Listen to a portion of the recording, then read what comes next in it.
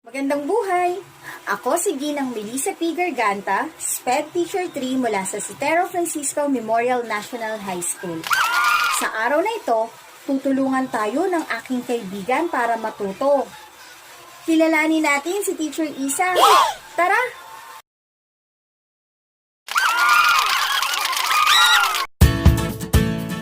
For the parent-teacher relationship during COVID-19. Setting positive, caring intentions to meet our shared goals of nurturing students. The parent-teacher relationship consists of the adults our children spend most of their day with. The adults with shared goals for helping our children develop healthy relationship with themselves, with learning, with peers, and with the school community. Know your parent.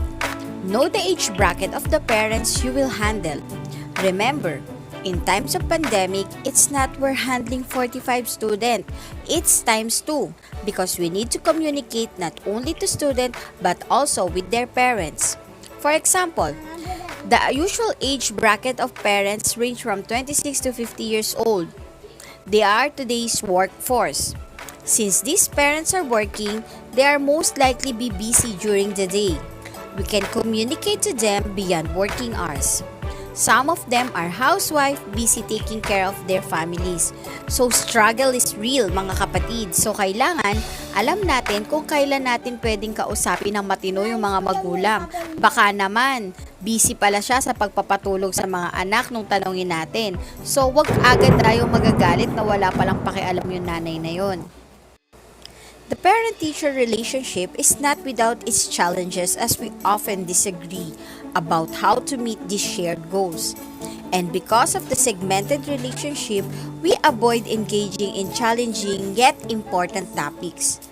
As a parent and educator, I have heard many times over, we agree we need to work on this area, but we know the parents will object, thus ending the discussion. Halimbawa, alam ko kailangan to ng anak niya. Ito yung kailangan ng bata sa school. Pero ayaw naman ng nanay. So anong mangyayari? Or yes, the school says my child is struggling, but it's not him. It's the teachers and the administration protects the teacher. Thus ending for the moment the chance to identify potential struggle for the child and targeted support. Dito nagsisimula yung conflict between parents and teacher. Halimbawa, ako bilang magulang, takot ako na makipag-usap sa teacher ng anak ko. Kasi isipin ko baka hindi naman pansinin. Si teacher, hindi ko alam anong iniisip niya tungkol sa akin bilang parent. So, minsan may mga magulang na nag-iisip na yung anak ko baka pinagtutulungan sa school, yung teacher may kasalanan pero pinoprotektahan ng administration. May ibang mga magulang na may concern talaga sila sa kanilang mga anak pero hindi lumalapit sa mga teacher. Halimbawa, may napapansin na pala silang problema sa anak nila pero nahihiya silang magsabi kay teacher.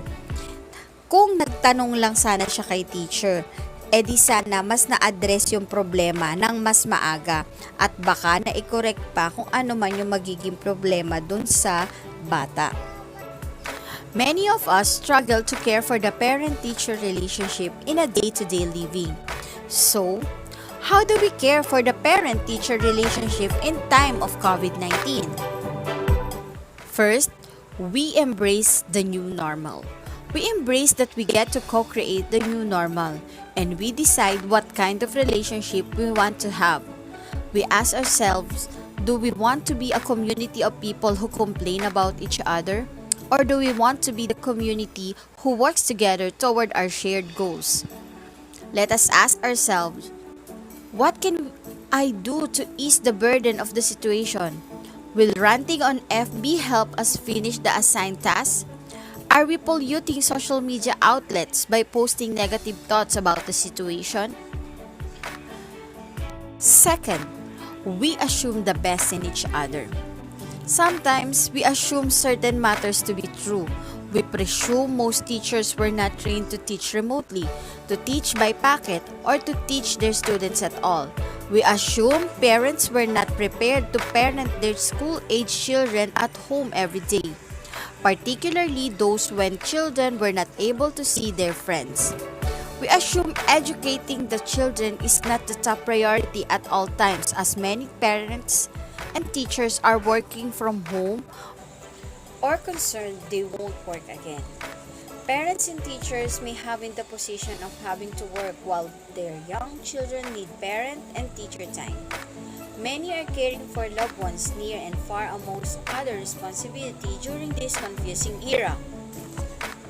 We assume the best in each other, speaking to and about each other from these shared assumptions.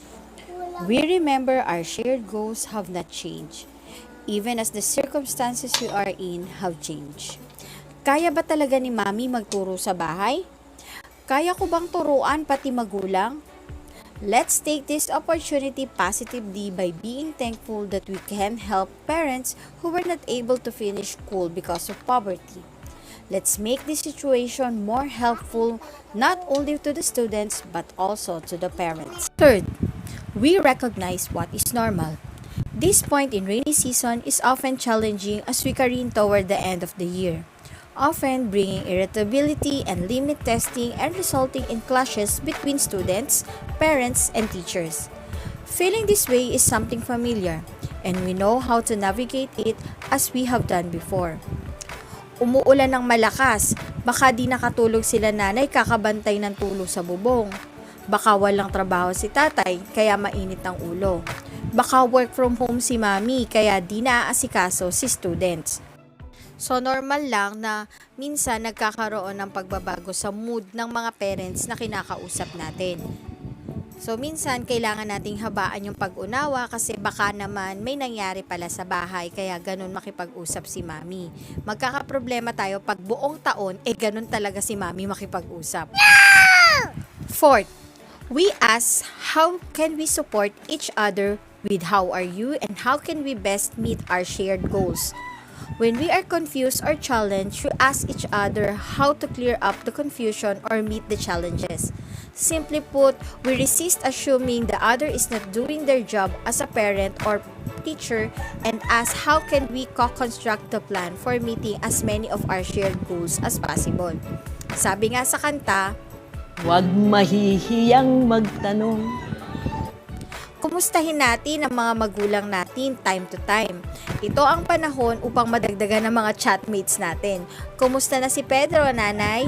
Nagagawa po ba niya ang mga modules? This time, makakasalamuha tayo ng maraming mga magulang at iba-iba yung personality ng bawat magulang na kinakausap natin. So, habaan natin yung mga pasensya natin habang nakikipag-usap tayo sa kanila. Fifth, we elevate what is going well no matter how small and we ask what is working. Through these touch points, we ground the parent-teacher relationship in communicating care for the students and for our shared experiences.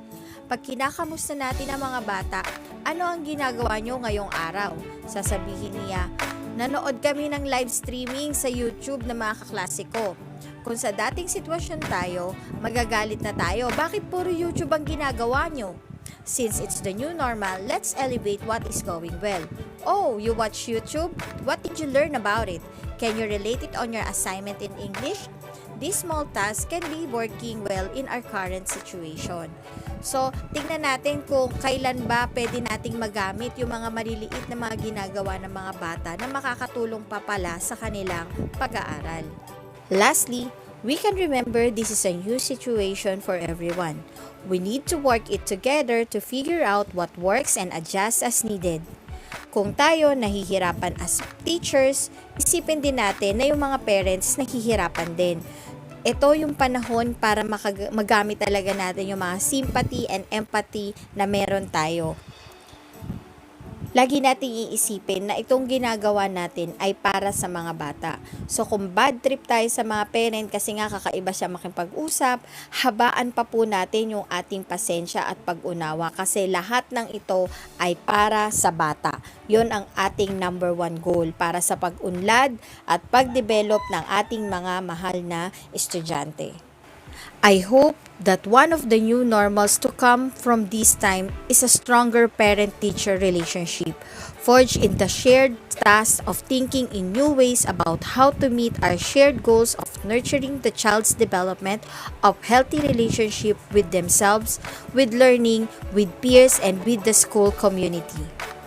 Let me quote, "Do the best you can until you know better. Then when you know better, do better." From Maya Angelou. Let's remember that in Citero Francisco Memorial National High School, together, we can. We can survive this pandemic, we can heal as one. Dahil anuman ang sitwasyon, tuloy ang edukasyon. Salamat!